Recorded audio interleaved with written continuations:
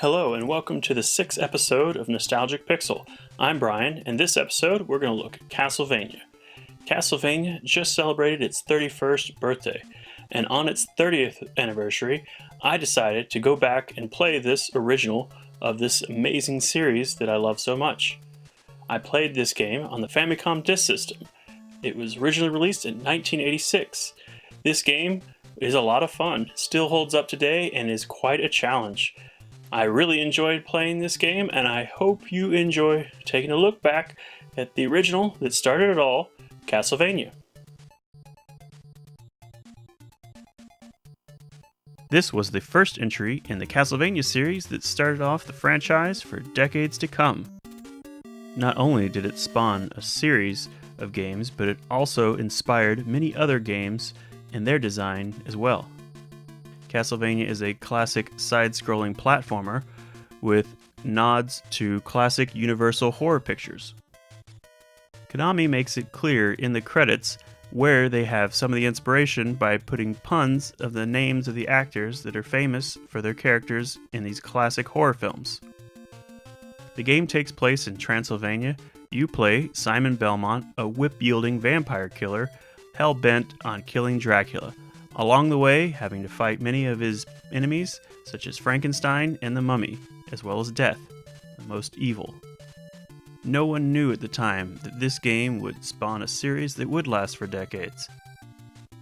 I would say part of the reason that legend existed is because there were so many great games that popped up now and again throughout the decades. Although I think it has been a while since we really had one that captured the energy that some of the previous attempts had. The music in this game is excellent. It has really held up, and it is probably one of the strongest things in the game that, for me, keeps me playing the game because I enjoy the music, and especially since this game can be such a difficult challenge. It's nice that the music's good because you're going to hear it a lot, sometimes over and over and over and over. So, for me, the music being good is a very big plus. Speaking of this game being hard, it is hard. It's very challenging, but it doesn't feel always too cheap, although I would say the biggest thing that did kill me was not necessarily an enemy, but the stairs, or falling into a pit. The getting knocked back really can throw you off, especially when you have Medusas flying around. That is probably the biggest recipe for setting up disaster. However, practice and memorization will help you get through this game. It is very challenging, and it doesn't leave a lot of room for mistakes. What you may find yourself doing before you can even beat the level is by the time you do beat the level, you aced it like you just ran through with no mistakes. It can be that challenging, especially in the later levels where they hit you really hard over the head leading up to death. The game isn't without some of its rough edges. Some of these edges did get smoothed over in later releases of the franchise. I would say, for starters, if you're familiar with some of the later Castlevanias, then you may not be ready for some of the earlier setbacks in the game that later got smoothed over. You know, not necessarily setbacks, but just limitations in the game. As far as jumping, you really have to commit to where you're going because you don't really have a lot of opportunity to change your mind in midair. In fact, you pretty much don't have much of any chance to change your mind. Also, you can't jump on stairs, you have to climb on stairs, and stairs are great, except, like I mentioned earlier, I think they're the ones that killed me more than any other enemy in the game, because if you just don't get that angle perfectly right, you fall right off, and that's just can be frustrating. Even after you played the game several hours, it seems to happen to me anyway. Also, secondary weapons in this game are a must. In fact, you will find some of these weapons that are offered to you early in the level can be best used in the end of the level. So the challenge is getting that secondary weapon and hanging on to it and not dying the entire way all the way through to the boss. Each boss seems to have a real vulnerability to some of these secondary weapons. Holy water seems to be one of the biggest, most powerful weapons you can use because not only will it take out an enemy, but it'll kind of stun lock them while you just constantly attack them over and over again. This is a really good method for many of these bosses, but the challenge there, like mentioned earlier, is that oftentimes the holy water drops early in the level, and in order to keep it, you have to have a clean run all the way to the boss, and enough energy to survive it, because when you get to the boss, you'll find out that they hit very hard.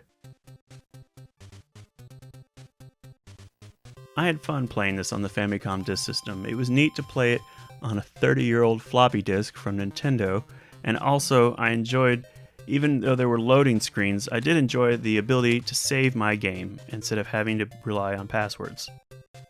Also for me, when playing this game, I'm a little OCD when it comes to getting all the candles, because I am constantly trying to get all the candles for the most part, because I need to collect those hearts. Hearts are what I need. I need as many as I can. I need to get all the money. I need to get everything. And another trick you want to look around for, if you're new to the franchise, is look for, wall food. You got to have that wall ham. It's so good. And you're always looking around for it. And when you do find it, when you find it in some of the unexpected places, even after you played the game so many times, I still find myself looking all over the place for it. It's insane. It's so much fun, though. As much as I enjoy collecting the hearts, I found later to understand, in order to get the multipliers often for your secondary weapons, is that you actually have to use your secondary weapons. Instead of hoard them all for the boss, it's actually a good idea to use them from time to time. It turns out it actually can make a lot of things much easier, as well as give you the opportunity for multipliers so that you can stun lock your enemies, especially the bosses. Growing up, some of my earliest memories of playing Castlevania is going over to my friend's house to play it. He and his brother were very good at this game, and I had a lot of fun playing it with them as well. One night, I remember we got together and they beat the game. It was a lot of fun. This game also had a release in the arcade, although it was a little different, and that it was more like a Play Choice 10 cabinet style, where it was basically just a port of the NES, or Famicom version, where you just paid for time. And this didn't interest me much at all, because generally when I like to go to the arcade, I like to play things that I couldn't play at home.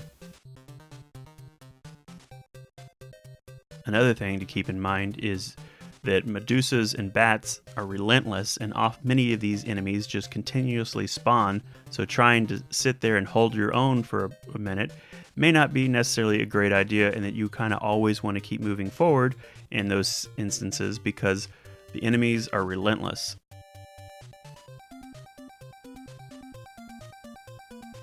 Once you have the secondary weapon that you love, and you're like me, going and getting all the candles, be sure to not accidentally capture a new secondary item if you don't want it, because in this Castlevania, you are not given the opportunity to go back and get the one you used to have. So whatever you pick up is what you have moving forward, and there's no way around it, short of not picking up the item in the first place. Another thing besides collecting hearts in the game is money, and at first you're kind of wondering what the point of money is in this game, and what's the point of points in this game since there's no shop to spend them on. However, money and points equal new lives, although the game does have unlimited continues. Even though I had beaten Dracula in later releases of Castlevania more recently, I found this original one to be very challenging. In fact, I would say you would really have to spend your time with it to get down the exact timing and patterns for yourself. Even after knowing what I needed to do, it still took practice to get down the right timing. Overall, this game is very hard, I would say, but it is fair. And for the most part, it doesn't always feel fair when you get knocked into a hole by Medusa or fall off stairs to your death. But if you memorize things, and this is a game where it really does take you to have to memorize, you can get through this game, and it is a lot of fun, and you enjoy going through the game for the most part. And going back and playing it again, it just seems to it's kind of a memory that doesn't go away. It hangs out there with you, at least for a while. You can go back and feel a lot better the second time around on things.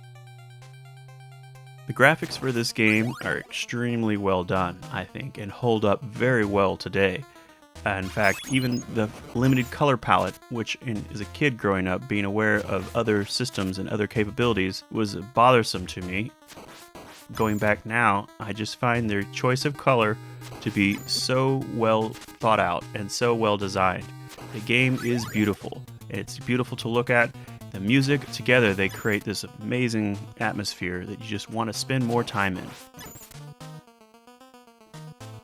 And in some cases in levels, you get to spend a lot of time with, and you get very used to exactly the look of the game as well as the music. And like I said, thankfully the music is so good that you don't mind hearing over and over and over and over and over again. Again, this is the first Castlevania in the franchise, and while it is not my favorite Castlevania of all time, it does lead up to some of my favorite games of all time that show up later in the series. This game still holds up very well and really is challenging, but the music, the graphics, and the nostalgia is so worth it. If you haven't ever played a Castlevania game, don't get discouraged right away and just give it some time. Because like I mentioned before, a lot of this stuff can just come up to simple memorization.